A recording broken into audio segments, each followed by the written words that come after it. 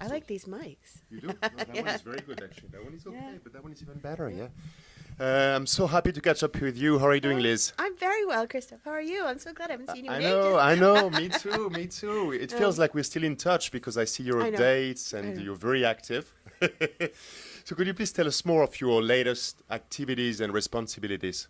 So last year, I got together with Victor Cruz and Lisa Moyle, and we put together a company which was originally called FinTech Talents. The company's called VC Innovations, but that's just our company name.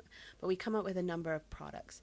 And basically what we do, and I'm going to try hard not to sound like a wanker, we put together experiences and content platforms for innovation industries.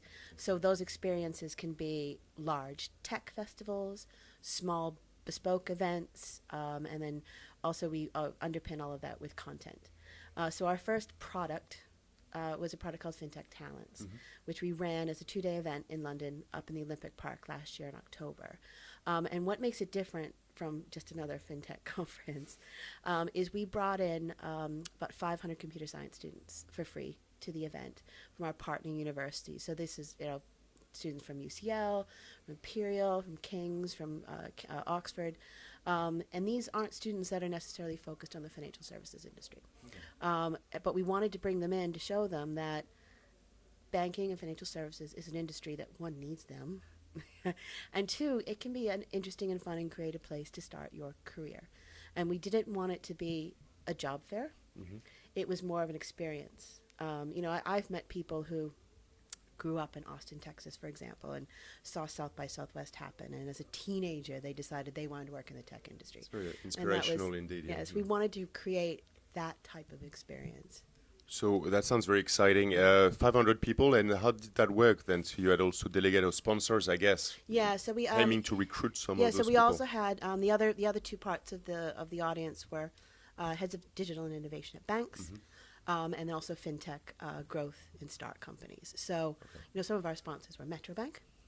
Were there. Finastra was one of our lead sponsors. Pronounce it well, yeah. Finastra. Finastra, I know. They have to watch that. I had to say it, I'm sorry. And then we also had fintech growth companies come on stage for a stage that we called FinTech Stories. Now, the reason why we called it that is we told, I was MD of Startup Bootcamp FinTech, and I've seen more startups do demos than more people need to see in their lifetime. And we said to all of them, you get, to all of the startup growth companies, come. You get 10 minutes on stage, and it's yours. You can do whatever you want. If you want to get up there and do a product demo, do that. If you want to get up there and with the whole team and say how you all got together, how you got your first company, client, do that. Tell your story. And a lot of the companies came and really took that to heart. So how did that work as well with the delegates and the attendees? The reception was great? The reception was good. We're running it again this year in November. We're also going to have a third day. So we're going to have a deep dive into AI, cybersecurity, and RegTech. And we're actually, even though it's kind of on the back of FinTech Talents, and we expect a very heavy financial services focus, we're running that third day as industry agnostic. So AI, cyber, and RegTech, not necessarily, so all the messaging, all the tone and content is not necessarily focused on the financial services industry. Kind of looking at how that's impacting society as a whole. Hence some of your questions tonight, I felt like, which were very good. And congratulations for moderating last minute, but you did a brilliant job, like a fantastic panel we had tonight. It was fun. It's always, they're easy. I mean, that's an easy job to do with Jim and JP and Brett. You just have to let them talk and they're fine. They could all speak for hours, we know that. So, and you said that's the first product you're going to launch, or you launched already, so a few more will come in the future. Yeah, so we're going to be running, we launched the FinTech Talent Society, not the FinTech, sorry, the Tech Talent Society, which is a monthly roundtable series. They're in London. In London. Well, actually, there'll probably be one in Stockholm, one in New York. But right now, there'll be one every month on a different topic. So the first one's looking at pension tech. We'll have one on open banking. Can we come, potentially? Oh, sorry, we'll cut that. Yep, that's why I cut. Sorry. Sorry. I'm getting over You okay? it. I mean, no, so we... No, I'm absolutely fine. We can stop. I just... Makeup. Sorry. You don't need it. Please. Yeah, so a monthly roundtable series. They are intimate and informal by design. So there'll never really be more than about 20, 24 people. Okay, so very Chatham choosy. House rule.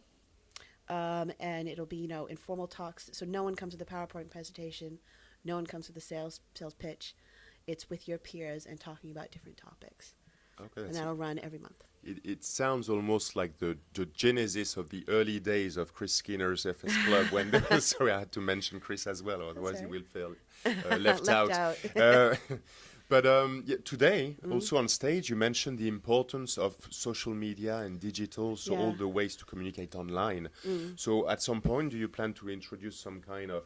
It's hard because there's already so many ways to engage with people, but do you think about creating a community? Is it even worth Well, it? it is. I or- mean, that's the way we look at it. We're creating a community. It's not about having an event and leaving it. That's one of the reasons why we're doing the monthly roundtables. It's all part of the Tech Talents family. Okay. So it happens. We have FinTech of the Week on our website. We promote that on our channels. We have different videos from people that spoke at the event. Every month, we invite our community in for the roundtables to speak.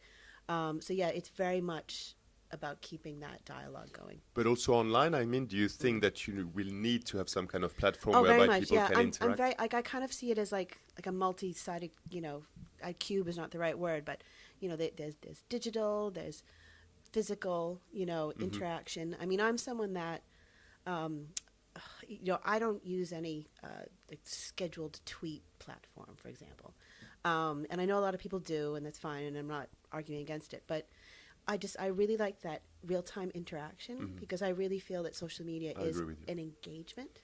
It's not I'm broadcasting the Liz Lumley message and then I push it out. To me, I like dipping into Twitter and seeing, what JP mentioned on stage here at Barclays Rise. What are people talking about in Singapore? We also mentioned that it happened at 3 a.m. and Yes. I didn't ask for his wife or his partner, actually. It's on what the West impact Coast on of that the US. Exactly. But anyway, Yeah. that's for another day. I agree with you. I Yeah. think the physical, the real life situation and meeting is essential. So I'm a huge advocate for that. Yeah. The challenge of building a community in an online platform is people are already interacting on so many other platforms. Yeah. That might be a challenge to have your own micro digital forum. we use the platforms people are already on. So we use LinkedIn and Exactly, Twitter which is and smart. Instagram has been really good for us actually lately. So that's we're using the existing technology platforms to build our community on top. That makes sense. Yeah. Thank you very much, No Liz, for worries. your time. Yeah. Do you mind? I'll tell you 5 words very quickly. Tell me what you think. Okay? Okay. Quick round. Yeah. FinTech 2020. That's the first time I had that reaction. That's good. FinTech in focus. Oh, why? No, FinTech is that makes it sound like FinTech has an expiration date. I like that. That's Yeah. very fair. Bank branches. Not going away as soon as people think they are, but there is still, banks are still part of the community, and there are some places that people still want them. So yeah. Okay. What about then the digital banks? Will they be missing at some point the physical presence, the other way around, or? Well, in just your- look at interesting when you look at what's going on with Amazon opening up physical I know. bookstores. Yeah, exactly. Yeah, that's why I was thinking. I'm like, Monzo branch someday. Who knows? knows? Exactly. Who knows? Collaboration. That's the only way you can work. No one works in an island. I mean, the worst work experiences I've ever had in my life are when people have their little fiefdoms and their silos. And it's horrible. It's a horrible experience for the community. It's horrible for industry. It's horrible to work in. If you don't collaborate with people, you're not going to get anything done. Facebook. Cut. Facebook. Boring. I feel bad because I like Facebook for connecting with friends from high school I never see and seeing pictures of their kids, but it's so full of garbage now, and it's really, really boring and sinister if you read the news. Disappointed. It is, yeah. I was close to close mine, but it's hard still to close, I think, in 20 minutes. I use it a lot less. I use it a lot less. Less. Last but not least, what do you think if I show you that? And please hold it in your hand. Oh, memories. I mean, I learned how to code on when they were bigger than this. The 5. Yeah, one wasn't. I'm quarter. not as old to have the punch cards. But yeah, no. Hey, Nostalgia. you remember, CDs and everything? Remember that world? Yeah, I do Okay. remember, as a matter of fact. Anyway, thank you Why so do much. you have one of these? Why do you have this? I mean, that's off camera, man. What's No, I on found it? them back at my Ooh. parents'. It was like a treasure chest, with It's like your bees. inheritance. It's like your will. Well, I'm not. Hopefully, there's more than that, but I'm not too sure. But no, but that was like, I found it. I found a box of the floppy disks. Do the you know 5 what's on it?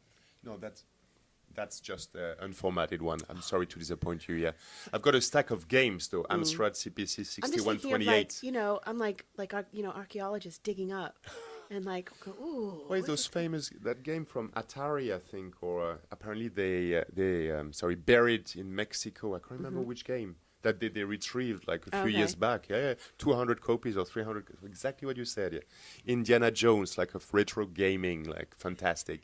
Thank you so much for your time, Liz. It was such a Thank pleasure. you. Yeah. Cool.